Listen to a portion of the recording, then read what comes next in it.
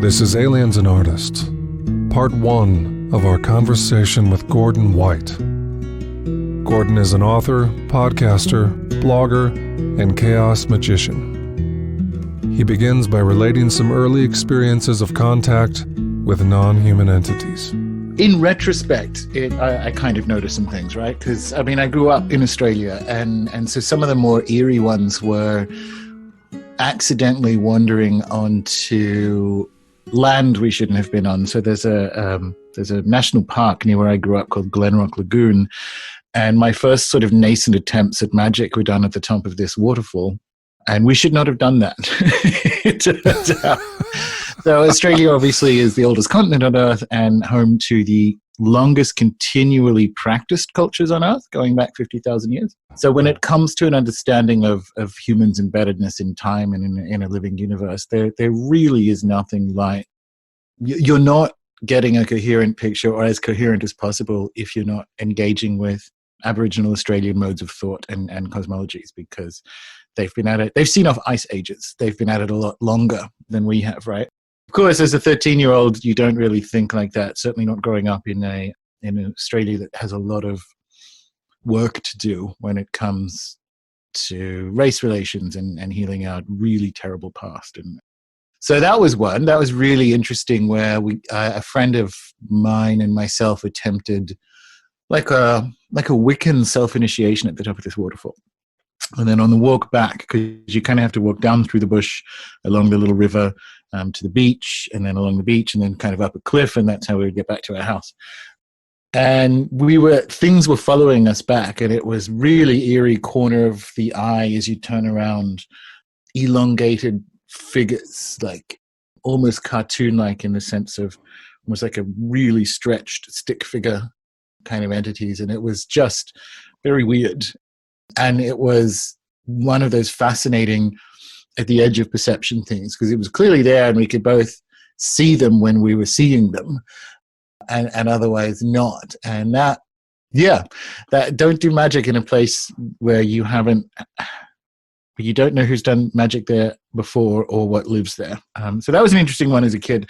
There were earlier ones that, again, in retrospect, I'm like, okay, so these are screen memories of some description, right? So I had classic hag attacks as a young child, and in the sense of it being the paralysis and the sort of half waking up paralysis, aware that there was something standing in the room, and this entity would wait until I was aware of that, and then kind of zoom forward and be right at my face and essentially sort of feed on the fear. And it was the classic hag shape. So like old, extra-dimensional, terrifying witch woman kind of things. That was one of them. That would happen a lot, that as I kind of grew into this field, I realized, oh, this is something that falls in between mainstream, I guess, neurology and whatever we think of with UFOs and spirit contact and all the rest of it, because the sort of description of different parts of the brain waking up at the same time may well be true, but like I have some experience with things like spirits and so on now, there was something in the room. Maybe it's kind of like in the same way entheogens reduce neurochemical activity, and that's why you have the sort of experiences outside of usual consciousness. Maybe there's something maybe it's similar to that if different parts of the brain wake up at different times, then all of a sudden you're seeing things that typically surround us but ordinarily don't intersect with us. And then the same thing, like I would have, in a related vein, memories or recurring nightmares that came with paralysis that are patently screen memories of some sort of contact. So it would again be paralysis, and then I would shrink to the point that the weave of the fitted sheet was the size of ship ropes, right? Like sort of 30 centimeter diameter ropes, and they would kind of trap me in place. And there was an entity in the room that looked like, I don't know if you remember He-Man, but there was a character in that called Buzz-Off.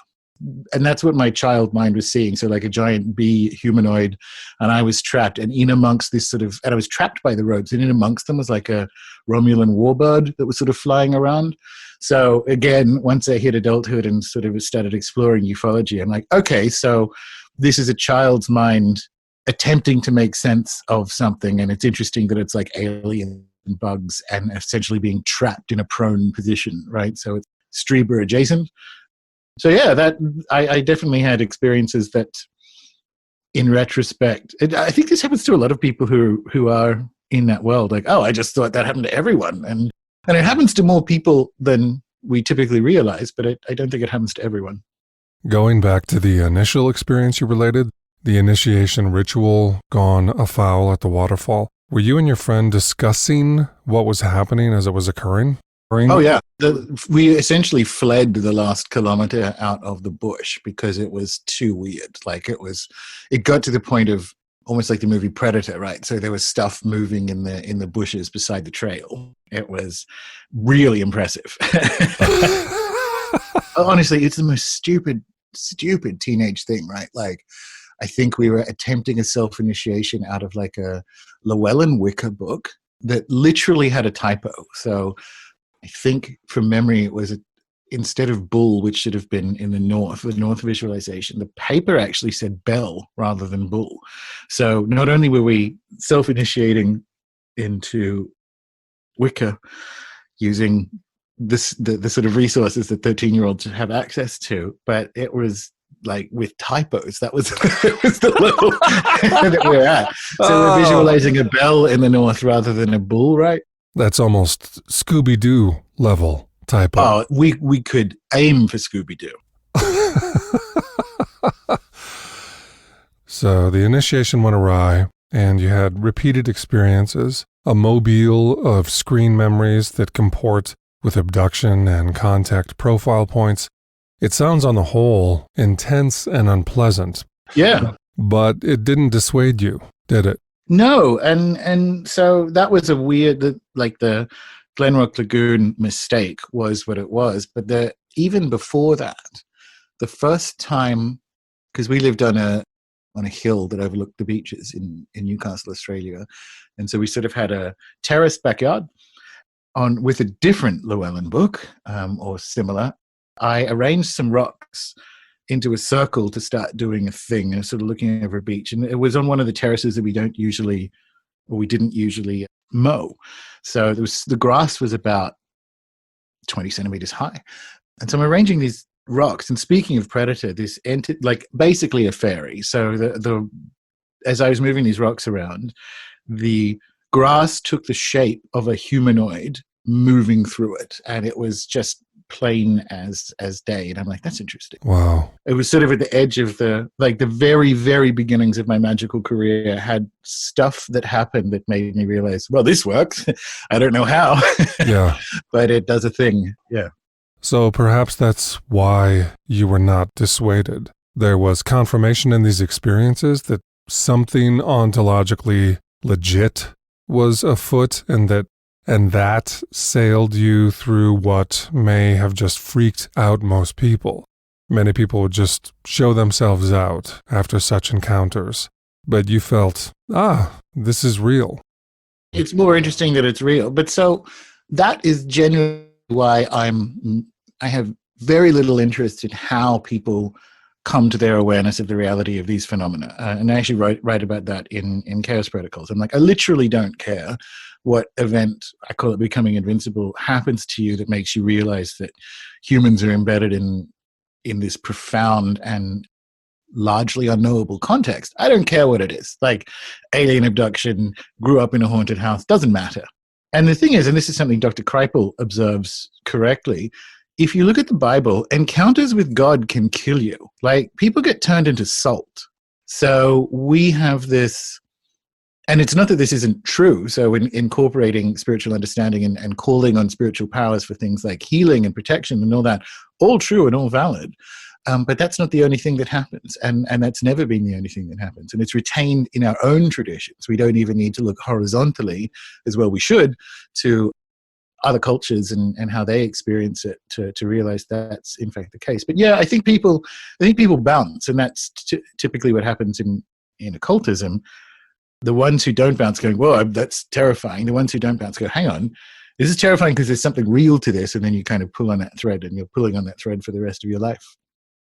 You mentioned you're not interested in what the particular origin story is of how a person arrives in the anomalous, the mysterious.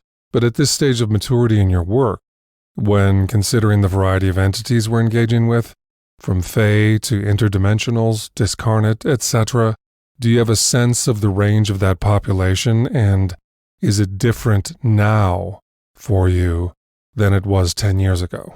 Yes. So it's the same problem as the measurement problem, and it comes down to whether you think you live in a universe that is alive or isn't, right? So the empirical methods we've inherited from the Enlightenment are certainly useful for things, but you can't sort of get outside of them. So empiricism is essentially the statement that nothing exists outside of sense data, which itself is a statement that exists outside of sense data because you can't know it, right? So it's really, really useful as a kind of single flashlight in a very dark and very large cave. So it comes back to, if you think the universe is alive and embedded or has an interiority that is a spirit world, then that's kind of like the baseline. So I do it as a food pyramid, really, where when it comes to UFO phenomena, the majority of stuff that's going on isn't that. Like, this is a description that happens.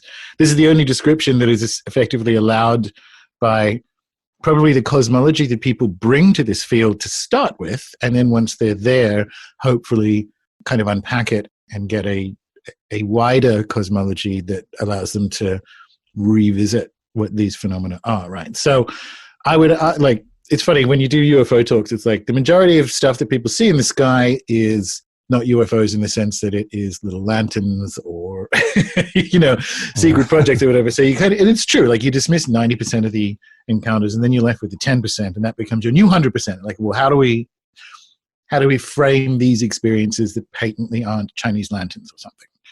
And for that, I kind of food pyramid it and go, well, the majority of this kind of stuff is how we describe a continuous interaction that's been happening to humans since there have been humans. I do think, and this is maybe where I have changed in the last 10 years, is that was, and people kind of, they almost tip, and this is a criticism I have for people in the field at the moment, they almost tip too deeply into, oh, it's all spirits then, and UFOs are just how we describe spirits. Yes, but that's not enough. So if anything, my change in the last 10 years is that some of them actually are aliens. So we do occasionally get visited by biological organisms from other planets. It's just that is happening in the context of a universe that is alive. And I think and I don't know, it's not like I'm going to go back through people's experiences and go, well, that one was from off planet and that one's a spirit and that one's a Bigfoot and that one's a blah, blah, blah. More, I think, from a discursive perspective, we tipped too far into calling everything spirits. And I know, and the thing that changed my mind is the work of people like Dr. Artie Six Killer Clarke, who has spent years amongst Turtle Island custodians and the Maya and so on. And I've had this experience on country in an Aboriginal context as well, where you have these native cultures talking about star people.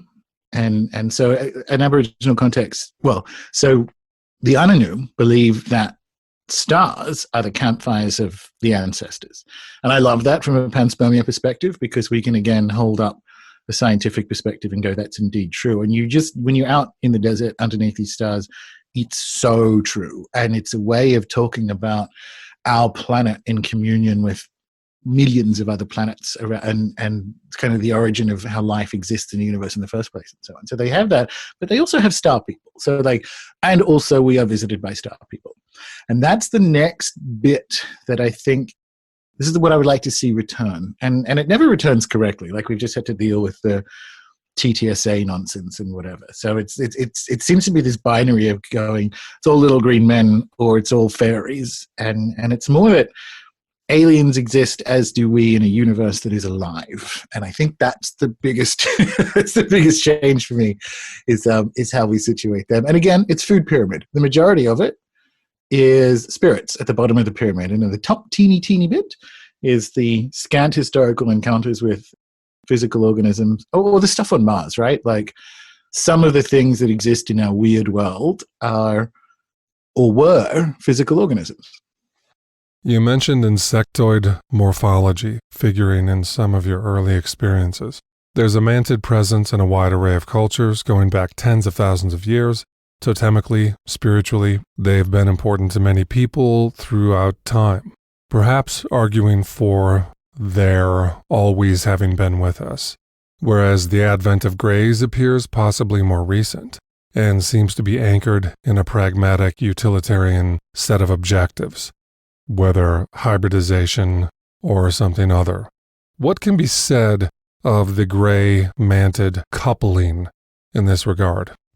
Well, so here's the thing where it kind of comes back to how you understand the spirit world as to does the spirit world have a physicality? And I think it does. I think parts of it do. And having been on Dieta in the Amazon, my encounters on ayahuasca in the spirit world, where I draw that understanding from, right? So the mantids are a really good example of spirits that are physical, certainly in their own reality. This, how I think about it and how I think about how novel manifestations happen, is kind of something that Ingo wrote about in Penetration, where it was in Penetration where he's up in Alaska with the twins and he sees that UFO kind of appear, or they find a UFO that's sort of drawing water up from a lake in some sort of like a refueling station, right?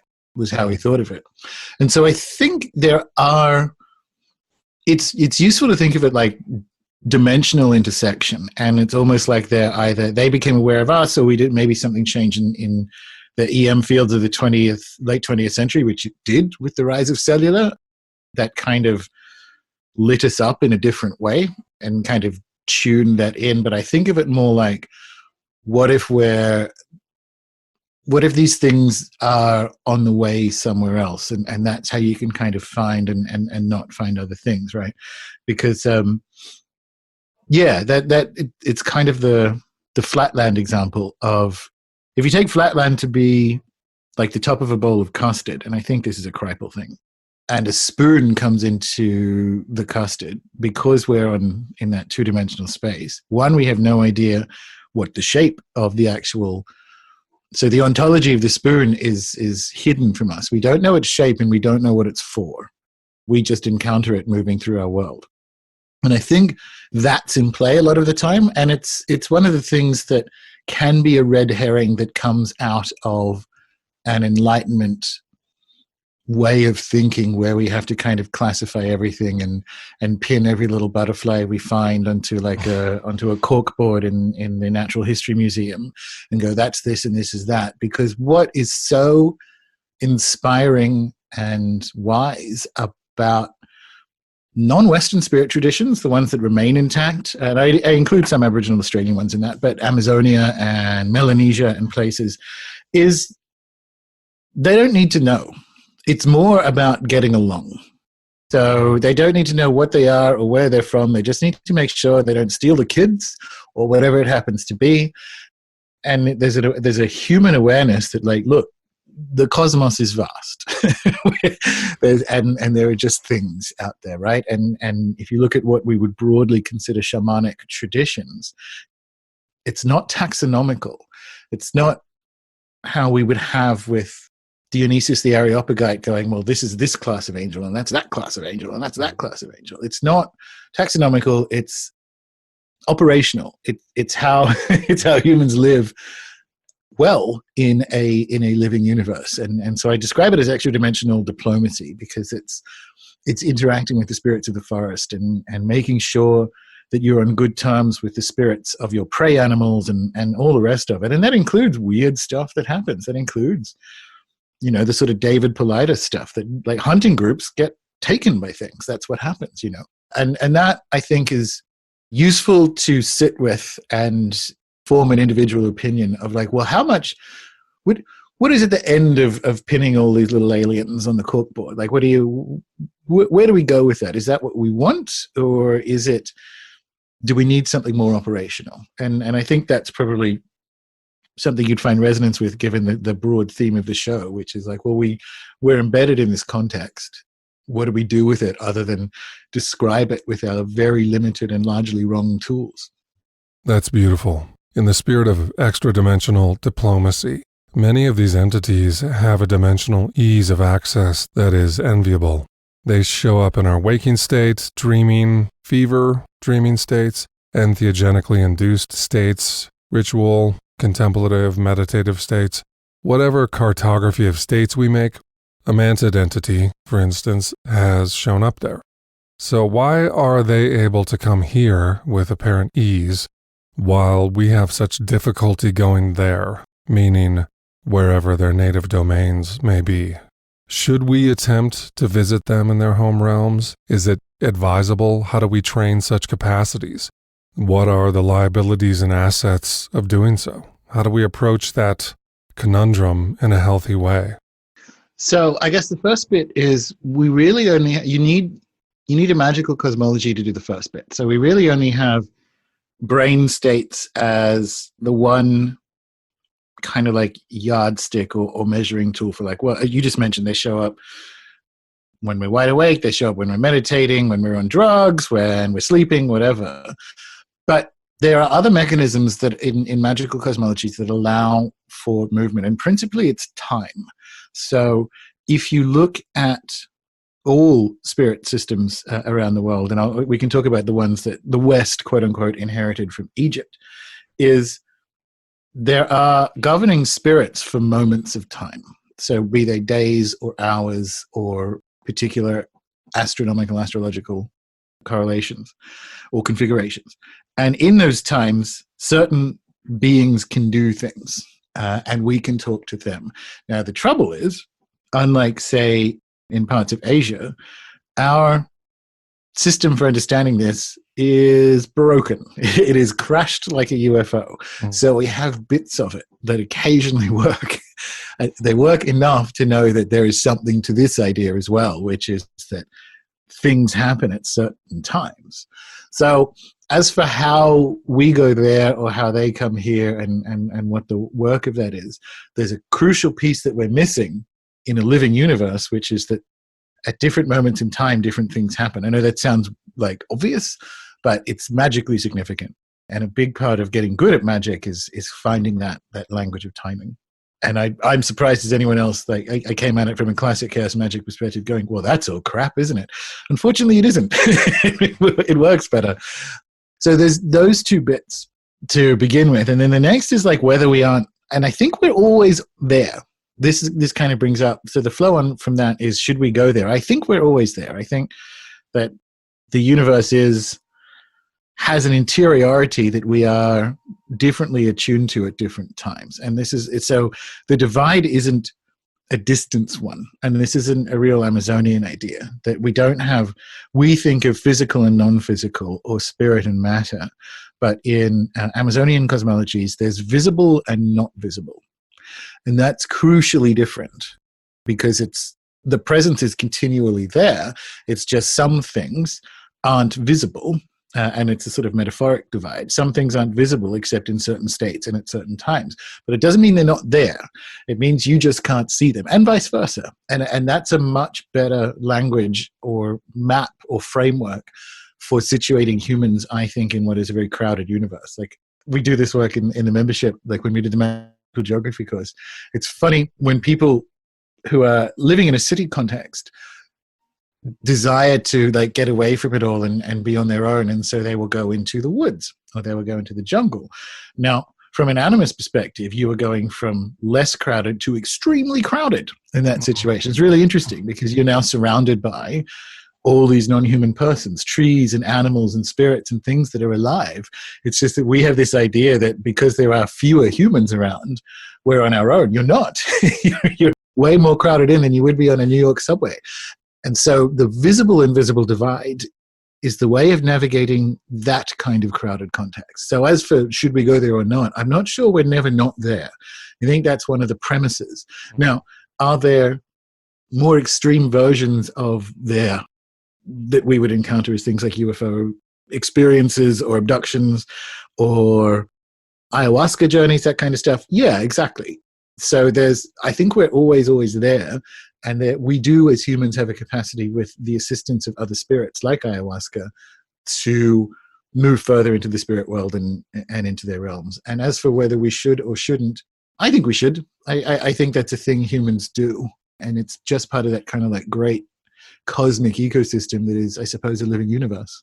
The time component calls to mind Eric Wargo, and a question I'd like to ask on remote viewing and chaos magic.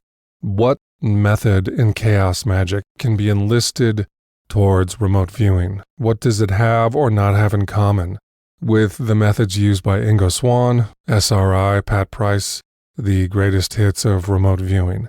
Was that the 80s, early 90s? Probably early 80s. Yeah. Joe McGonigal. Are the two similar, dissimilar? What are the distinctions? I'm not sure if there's like a chaos magic remote viewing. So at the moment, the premium members are being taught by Lynn Buchanan himself, so that we're actually getting like classic OG remote viewing training. What I think you're getting at, and I actually have this theory about the block universe, because Eric is great and the book was great.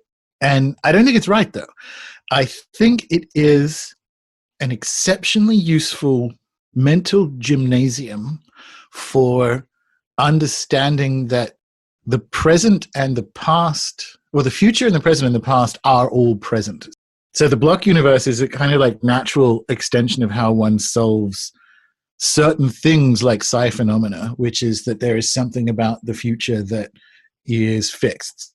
When you are performing practical enchantment, so if you're doing sigil magic or whatever, are you pulling from a future that already exists, or are you, in the New Thought sense, selecting from a particular medium-term future? And the thing is, we don't actually know.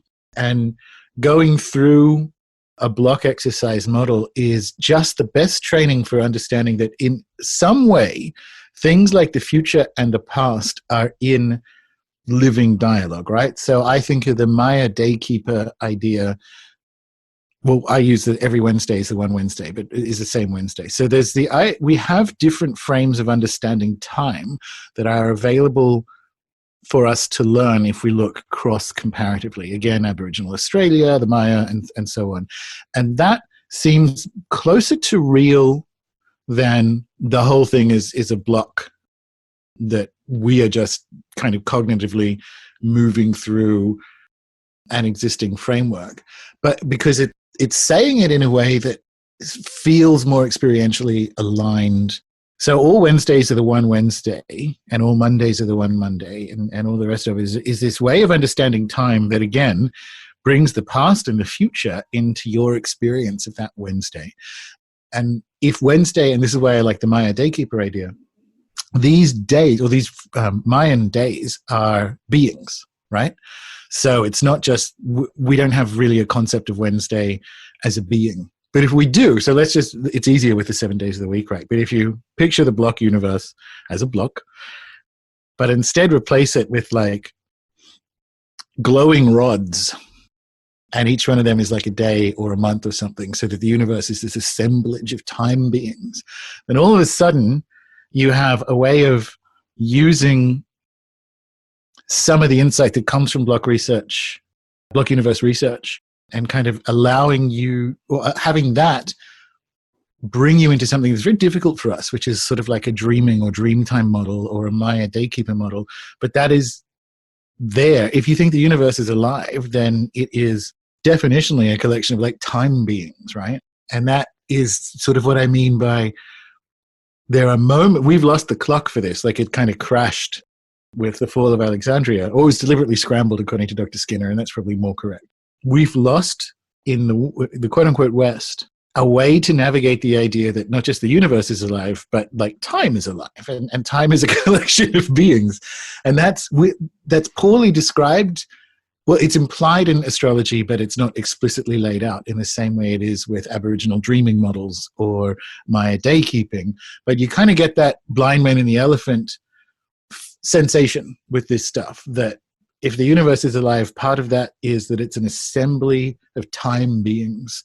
And that kind of, again, opens the door for how you want to think about the where and the when of UFO encounters, right? Because that's something that Hynek and Vallée looked at in the 60s, was what times of day and month and what days and what weather events and so on correlated with seeing lights in the sky. And there were correlations. They happen more on some days than others. And there are some explanations for it, like Thursday evenings are the days where you get most of the sightings, appears to be, at least in the US, because that is when you would test secret aircraft, because then you have the Friday to kind of do the follow-up and file the report. And that appears to be, I find that kind of interesting, that if you look at it from a military perspective, military tests are typically on a Thursday so you can do the reports by the end of the week, right?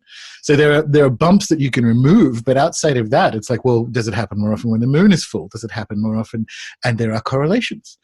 And it's just an indication that there is something about time and in the universe is alive, and that our experience of it is obviously incomplete. And so you have all these you just have to kind of blind men in the elephant it and go, well, time is a factor in this. And I think that's why I like the block universe. I don't think it's right, because the universe is alive. And if it's alive, why would it be? There's no point. there's no point to a universe that already exists. It phenomenologically doesn't pass muster. Yeah. You know what I mean? Yeah, totally.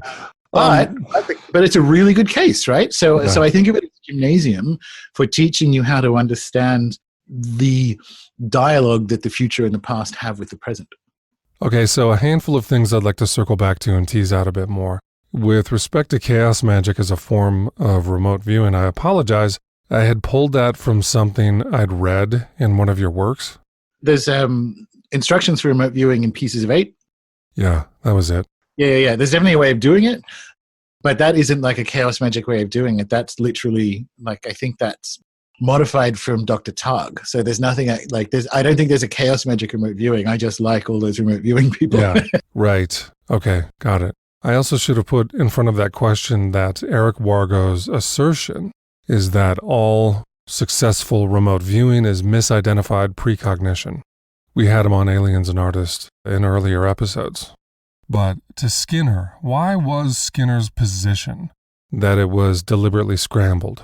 He's referring in particular to the sort of forerunner to the Solomonic grimoires, the earliest version of it, the Hygromantia.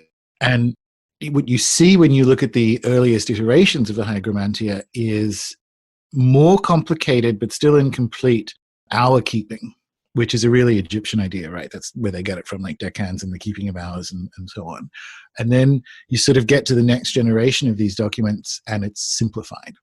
So all the kind of detail, the precise detail of, and this is, Egyptian magic is one of those examples of it only works at certain times. Like if you don't know, and what Skinner says based on his experience in initiatory traditions in Asia is, the spirit world will not respond to you and doesn't have to respond to you unless you demonstrate that you are aware of how timing works.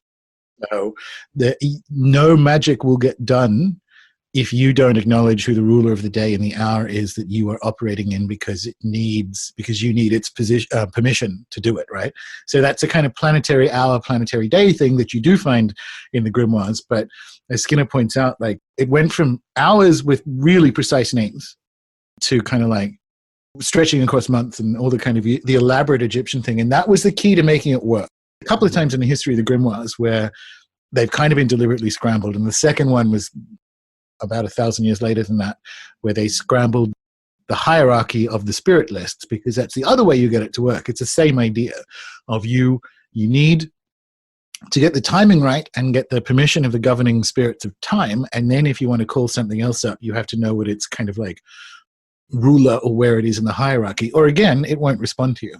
And those are the kind of two mechanisms that allow Solomonic magic to work, right? And they were scrambled. And the second scramble was probably because they didn't want to get burned or thrown in prison, because the way the spiritless work have an unholy triumvirate, Lucifer, Beelzebub, Satan right at the top. So they probably scrambled that just because let's not get burned over sharing these documents. But that's what I mean by we used to have, under different regimes, quote-unquote Western magic. And it's funny, I say quote-unquote because Egypt is in Africa. So it's like we'll call it Mediterranean magic, used to be able to look eye to eye horizontally with other spirit systems around the world. And now we kind of don't. Now we sort of have to look up to them with like wonder and bewilderment, because we've had the story of magic through European history in this sense, in the kind of like initiatory expert sense, hasn't been great. On a folkloric level, it's literally identical. Like the practice of rosaries and praying to different local saints and all the rest of it is identical across cultures. So humans kind of understand magic and have their own spirit relationships, but the equivalent of, dare I say, shamanism, problematic word, that ran through European history isn't as good as you will find basically anywhere else. Yeah. Regarding block universe versus the living universe, I'm thinking of veridical accounts of near-death experiences. A person leaves their body, travels outside the hospital, sees a red shoe on the roof, then they're revivified. They share their account of this perception, which occurred while clinically dead. Someone goes on the roof, confirms the red shoe is indeed there, where the patient claimed. Then you have 50 years of data from the University of Virginia's Division of Perceptual Studies on past life recall in children. How do these considerations sit or not sit with the block universe versus the living universe cosmology as you've delineated? So there's a good one. I don't know if you've read Changed in a Flash. I had Elizabeth. Yes. Yep. So when she describes what she can now do, having had her near-death experience and been to the afterlife, and she spends 2 weeks there, but it's like moments after having been struck by lightning. And her experience of time in the afterlife, and now that she's back and has these supranormal skills, right, is like a cake. So you can kind of cut upwards and diagonally or backwards and diagonally down through time in one direction or the other in a sense that looks like a block universe, right? So I can go up to the future where this is happening and I can sort of feel that. And she can kind of navigate through, her interiority can navigate through time forwards and backwards. And she says it feels like a cake, like it's sort of, you can go up and backwards or forwards and diagonal and whatever. And it's kind of like how you slice and cut it. Now, that would look like evidence for a block universe. And it is. Like you can use that if you were a block universe proponent to say Elizabeth's experience supports this. However, her experience of it and my experience of it when I've had kind of weird time stuff with entheogens and so on is more what I said before, that the past and the present and the future are in dialogue, so that the future can cause things in the present, and the past, obviously we experience the past kind of causing things in the future. So it comes back to the idea that the universe is alive and almost like a gathering of time beings, so that I think both are in play, right? I absolutely think that in certain cases, and the trouble with the block universe is it's not alive. But if you correct remote viewing or any kind of correct divination or fortune telling, is almost like definitionally seeing future events as they happen. But like I know Eric has had long conversations with Mitch HOROWITZ about this from a New Thought perspective, because New Thought is the idea that human thoughts are in some way causative. So do you, when you are manifesting various New Thought miracles in your life, Think and Grow Rich stuff, are you causing that in the future, or are you feeling that in the future that was already going to happen, right? And I think in some cases it's both, and it would be both in a living system. Like in a living universe, it would absolutely be both. But if you're inside, well, it's Wednesday here, so I'm going to use this as an example. So if you're inside Wednesday, which I am, it sort of stands to reason that you can encounter or engage with a future Wednesday. And the premium members have kind of done that with Lunar Mansions, where that's one of the interesting things we discovered by working with Lunar Mansions as a timing and magical system, is that when one mansion rolls around, you can do stuff that more easily impacts a future mansion. So it's almost like if you have, and the example I used was, if you have an exam coming up at 10 a.m. October 15th, you use your Astro software and work out what the mansion is, and then you can, and whatever it happens to be, when that mansion rolls around now, that's when you do the enchantment for a successful exam. And that's kind of what I mean by these are the things we used to know. And I'm not sure if that's a block universe thing, because you always get caught in that infinite, but you're always going to do that loop, right? And that's why I think it's a good gym. I think it teaches you to think with time in a way that is robust and useful, but that doesn't mean I think it's an accurate description. I think it's like a dead description of something true, which is that the universe is alive, and part of that is that it's a collection of time beings. Perhaps the gymnasium is a workable bridge to reanimate that dead block universe. Sounds like they're less in conflict, but to reanimate the block can unveil the living universe. It comes back to the phenomenology, right? So, and this comes back to, as a result, how we allow things to be real. Okay, so the block universe is almost a mathematical proof. So it's how we allow things to be real with empirical tools that we have officially declared make things real. So how we measure things in centimeters and inches and whatever, right? So it comes out of that, and that is not phenomenological. Phenomenologically, broadly speaking, is that the true thing, the one true thing is sensory experience. Like is that moment of whatever it happens to be is the true thing, and you kind of have subsequent, everything else is secondary to that from the level of sort of reality. So does the universe feel like a block to you? And it doesn't. And it certainly doesn't when you're in ceremonial context. So again, if you're in a Maloka in the Peruvian jungle, with an ayahuasquero of 30 years experience, and you're there in communion and have an experience of time where it's almost like there is no time. It's just this moment, this eternal moment of living universe. That's not a block universe. And I assert the phenomenology or the ontology of that. And that's the difference. And you're never going to get that to fully mesh or match with a block universe idea, because they emerge from different epistemologies, right? They emerge from which thing you think is true. And that's kind of why, because you can do the same thing to block universe proponents if they go, well, you're always going to say that, or you're always going to experience that because it's a block universe. But you can do that in a living universe too, which is your experience of the universe that is alive involves you building this idea of it as a block. So they can never talk, and they can always get underneath each other eternally. It doesn't solve. And so for me, because I like it, and I really liked Eric's book, and I like Eric, I think of it as a gym, and it's been a really useful one. Certainly more useful than my actual gym, which has been closed for 6 months. Yeah, I think of it as a gym that can teach you interesting things about time.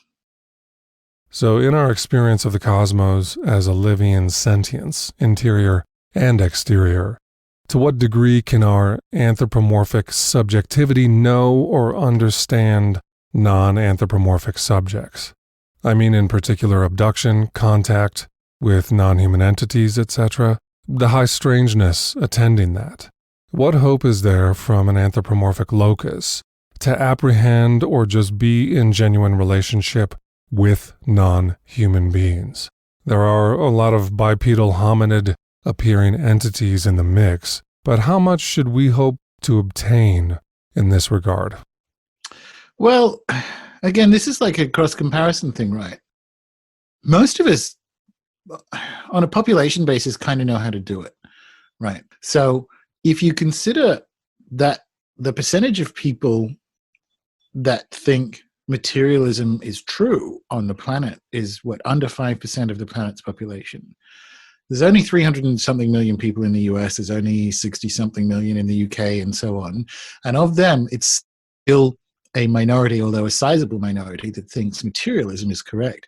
You're dealing with a really small fragment. And then if you just sort of think sideways across the planet, Andean shamans, feng shui specialists in China, all of sub-Saharan Africa, India, Mongolia, and its shamans, like you look across and go, well, actually, it's kind of our problem. Yeah. It's like white nonsense. And so that's always been interesting to me. It's like, how do we do this? How have we fallen away? I'm like, have we? Have we? Or is this more? And I think it is more post-imperial crap. Like I call it the Cartesian head trauma. Mid-17th century, late 17th century, we just kind of split everything up and trapped the entire spirit world, of which we are embedded, inside our head, and then within a century said it wasn't even real. That's just us. No one else is that stupid. No one else has ever been that stupid. Everyone else, including ourselves up until 300 years ago, would never have thought that. And that's what Whitehead calls our last 3 provincial centuries. It's when European cultures and their flowdowns made this monumental error that we've mistaken for reality, but no one else made it. And I kind of think that's the first step when people are like, well, is it even possible for us to do that? I'm like, I think most people did. If you situate yourself in an indigenous context, somewhere like New Zealand or Australia, the language of, like, we literally come from the stars as part of it. We have off-planet ancestors. This is all part of being in that context, and it's normal. And it's probably true. I mean, we have to be careful not to do that. I hate this. This is like the most 20th century boomer stuff, but like science is now showing that is true. I hate that because it makes science still the gatekeeper of what things are and aren't allowed to be. That said, the most interesting stuff to do with panspermia and directed panspermia, especially when you realize the sort of retroviral transfer that's available to, I think it's the majority action in evolution, as far as I'm concerned, is that sort of horizontal gene transfer. When you realize that we have several tons of this material land on the planet every day, and you have organisms like the octopus that have no evolutionary antecedents, and then all of a sudden, night and day, have all these alien skills, like being able to change colors and have languages and all the rest of it coming out of a fairly primitive organism. And if you look at it from the evolutionary record, it's like a switch went on. That the octopus is an alien, is what I'm saying. Yeah, completely. But all of a sudden, we have within a accepted materialist discourse a version of stories that have always been true in non-Western contexts. And that's really exciting to me. So that's the kind of like, okay, when you're out on country with Australian Aborigines or with certain Maori iwi, or when you talk to people in a Maya context, they're like, yeah, we have star ancestors and these guys are from here and whatever. The language of situating Earth in the cosmos is not just normal, but it's situating it in a living cosmos. So I think, to answer your question, like, can we ever do it? Step one is a solve for us. It's the same solve every time. It's like, find out however you need to that the universe is alive. Yeah. And then it kind of, that change, especially when it comes to creativity, we have all these tools available to us, right? So we need a improved theory of mind than the one we inherited from our culture. Because once that happens, the idea of extra-dimensional inspiration for creativity renormalizes. Because what you think thoughts are in a living universe is very different to what you think thoughts are in this kind of like Cartesian dead universe where they're sort of trapped inside the skull of this ape. Like it's just the dumbest when you think about it, it's the stupidest cosmology. A child could do better than the theory of mind that we were born in. And a child has done better virtually every time in the history of the human species in terms of the imaginal. So the good news is we've always only ever done this. It's innate. But the bad news is, in the last 3 centuries, most acutely in the Western world, the sickest part of the world, cosmologically, we've been having a materialist paroxysm. And the West is also the public face of things like the abduction phenomenon, for instance. Yep. Which is truly unfortunate. It is, but it comes back to the same, it's the decolonizing project, right? Because the only things that are allowed to be true are materialist things. And it was this ideology that actually birthed empires. So I'm an animist. We've been exploring animism and how to uncover and recover it for a long time on the website and in the books and with the membership and so on. And the word comes from the 19th century guy called Tyler. And he basically used it to describe cultures who he thought couldn't tell the difference between dreams and reality. So it's this unbelievably paternalistic description for brown people's inability to see reality. And the fucking hilarious, and not hilarious because of what happened, but the cosmic joke in that is that here is a guy who thinks thoughts are trapped inside a monkey skull and don't mean anything, which includes dreams, are encountering people who realize that human existence is embedded in the context of thoughts and dreams, and him going, oh, they can't tell the difference between dream and reality. You say, but that's you. That's you. In the description, he's like, you can't tell the difference between dreams and reality. Look how insane he would have looked to the Siberians he was studying, that he thinks the spirit world is trapped inside his head and it's not real. So who can't tell the difference between dreams and reality? So it's the same imperial project. Materialism, the empires ran on materialism because you had to have biological fallacies about race and what it meant to be a human for it to work. So it's a decolonial project to realize that not only is materialism false, but its a priori assumption of gatekeeping truth is politically repugnant. So that's the sort of dual process. And all of a sudden, when you work through that on an individual basis, you restore the validity of your own lived experience. So the majority of people, literally the majority of people who at least respond to these surveys, have had some kind of after-death contact. It's been a dream encounter with their grandmother, or they've heard the voice of an ancestor or a past loved one or something. It's between 60 and 70% of Americans have had that happen to them. And so we inherit this idea that, well, that's fake, or I invented it in my head, which is a monkey head, and thoughts aren't real, and they're just chemical byproducts inside a monkey head. When you move past the absurdity of that, you suddenly restore in your own life the validity of your own experiences, and in a joyous way that kind of invites comparison and communion with the rest of mankind. Because if you go and, instead of being up late at a dinner party going, oh, it's so weird, I was thinking of my girlfriend and then she just rang, isn't that weird? Or I had this dream, it probably doesn't mean anything, after my grandmother's funeral, and she said this thing and then I woke up and I knew where her ring was. Isn't that weird? And you have these stories, and instead of having them be the 2 a.m. isn't that weird, it's probably not real party discussion, if you have those, you go out to Lenape lands or whatever, and you say, oh, I had this dream about my grandmother. It's like, yeah. So your grandmother told you where her ring was. And? And that I think has been the exciting part of the journey for me. Like, however you come at it, if you come at it from UFOs, if you come at it from magic or wherever, everyone kind of ends up in that sort of classical Chapel Perilous Bob Wilson moment. And one way or the other, you have to find out that the universe is alive, I guess. So beautiful. And it brings up the emotion and meaning around what it means to be healthy in a sick culture. You mentioned artists, creativity. We presently are incentivized to be upside down and backwards, to divest our work of its animating depth in order to accommodate this materialism that commodifies dead artifacts. Your work and your community are such great places to begin setting aright our forfeiture of that deeper reality, which prompts a question about art as it pertains to humans and non-humans. There are non-human entities who take interest in human artists. Inversely, what about the artistry of non-human entities themselves? We don't see interior environments of motherships, for instance, ornamented with art. That doesn't mean there is not artwork in their social system.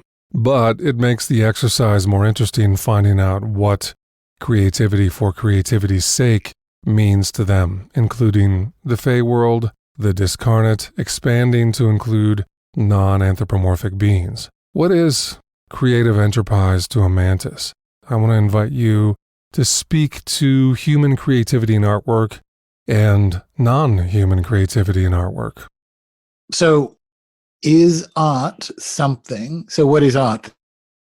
Theory of mind stuff. What is art, and is it something just humans do?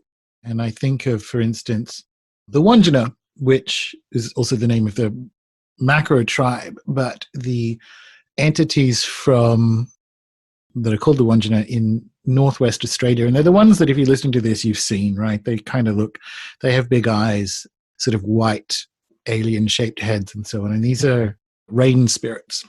And they are the artwork. So one of the things that you find in that part of the world is, as part of the process of being part of the same cosmic tribe as these beings, and ensuring that the rains do in fact come, is you have to maintain the cave paintings, right? So that's why it's very difficult to work out how old Aboriginal Australian cave paintings are, because they're updated, because it's not a portrait as we understand it, right? So we don't just like paint the Queen and put it in an award show and that's it, and there's the picture and it's done. It's not art as it's understood elsewhere. So the Wandjina are, in some sense, art as we would understand them, but they're also rain spirits and they're also ancestral spirits and so on. So when it comes to like, do the mantids have self-published novels? This is a theory of mind challenge again, because is a bird singing art? Like when she's just singing, because it's spring here and they're loud as fuck, but we just have birds. It's not mating calls or anything. It's just, I'm just going to chortle and cheep. Is that art? Is that music?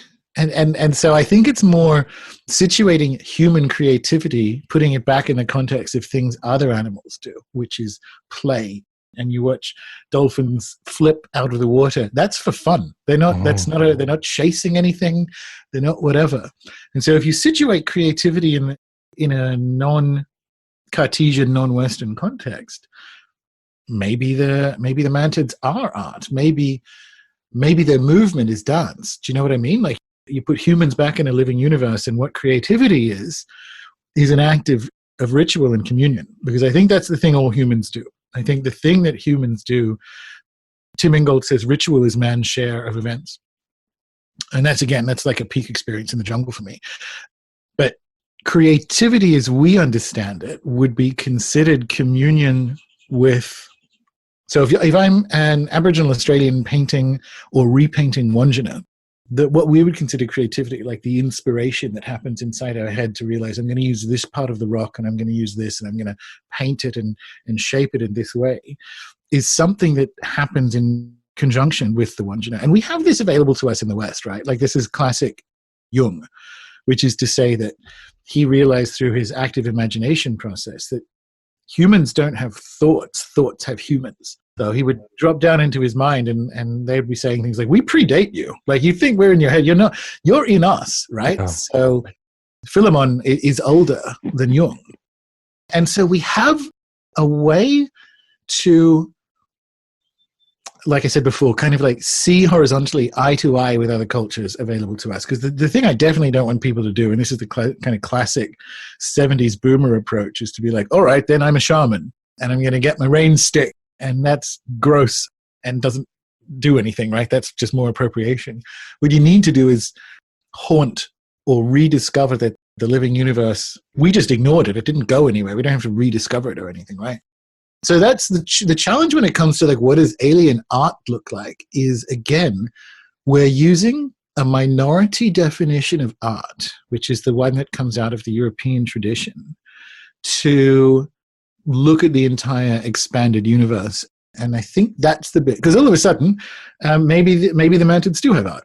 You know, maybe they are art. Maybe it's the singing and the movement and all the rest of it, because there's sort of indistinguishable features of being a human. It is a human requirement to do ceremony. Every indigenous culture I can currently think of, it is a human requirement to do ceremony. So when ants start flying in Central Australia or whatever, if you are ant people, so if that's part of your expanded tribe in the sense of an Aboriginal understanding of it, ant law requires you to be in ceremony for that, right? So is that art? I mean, it is. It's stunning. Like the actual ritual performance is stunning. Is it art? Because they're not doing it for art's sake that we think of when we think of painters in Parisian garrets. Yes, if we consider as an example the 2,400 extant species of mantid insects with their stupefying beauty and variation as that generative expression manifesting as sentience On the planet, what an astounding array of creativity with no apparent genetic utility, so to speak. So that's it. Like, I think art is a poor description of expressing joy. And yeah, the way humans do it is a bit special because every entity has a kind of like specialness, right? And you make a good one there with the mantids. That's it. You just observe the more than human world, and you see things like joy and play and stuff that has always been there that we decided wasn't, because it's some sort of clockwork universe gradually running out of steam, like there's 19th century steam engines. That's all wrong. It's a mess of an idea. And so, yeah, mantid breeding season, or when they all fly, it's the same thing. Or the crabs on Christmas Island. There's sort of great migrations and joy. You watch animals just be themselves. And is it dance? And this is kind of comes back to, obviously, one of my all-time favorite, if not my favorite writer ever, is Ursula Le Guin. And there's a quotation from Always Coming Home, which is, "Being is praise. I do not know what there is to believe." And that's proper animism, right? That's just, sharks are sharking, crabs are crabbing. Being is praise. They don't go to church. Yeah. Be sure to catch part 2 of our conversation with Gordon White. For more on Gordon's work and his member site, check the show notes.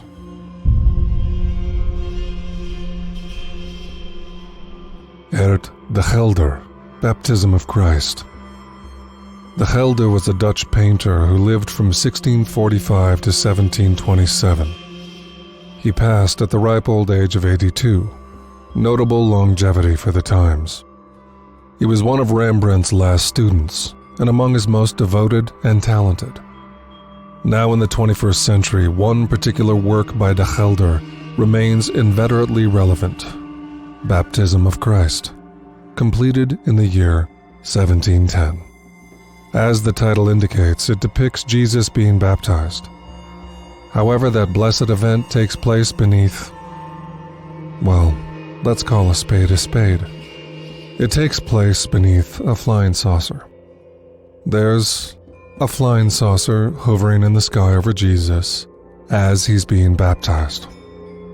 The saucer emits 4 columns of light, which cast the scene in an Empyrean glow.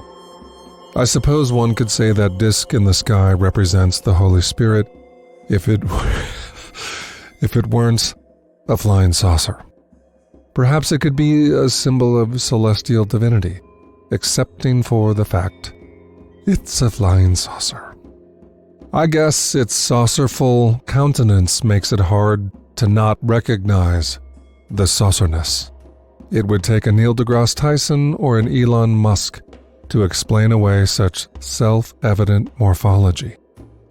I could be wrong. I do have a wrong record.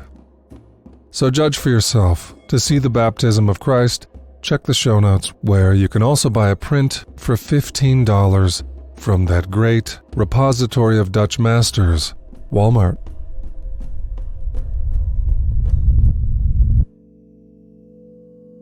Aliens and Artists is brought to you by the Liminal MUSE, offering one-on-one work with me, Stuart Davis. Sessions focus on transpersonal hypnotherapy, creativity as a spiritual path, and anomalous experience. Go to theliminalmuse.com to book a session, or just check the show notes. And the Experiencer Group, a private membership site for those who've encountered anomalous phenomena, including near-death, precognition, contact with non-human entities, and much more. The Experiencer Group offers private support groups, exclusive content, and live events. Check the show notes to become a member and get 1 month free. Fabergé eggs are ovoid marvels, crafted by the house of Fabergé under the mastery of Peter Carl Fabergé. Each egg was excreted from the enchanted cloaca of an Eastern Orthodox ostrich, or pravoslavny strozy in local parlance. Indentured Ukrainians licked clean all aviary afterbirth. And the elliptic forms were festooned with effulgent stones. Only 57 survive, which is why only the next 57 patrons will receive a Fabergé egg. Crack it open and discover a bedazzled, aborted baby bird bathing in ebullient bloodstones. What ostrich banshee? I don't hear an ostrich banshee.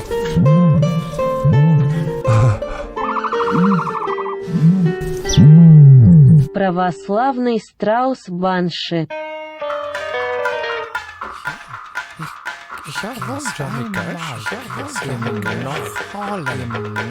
Last night someone drove his balls around. Last night someone swung his fist.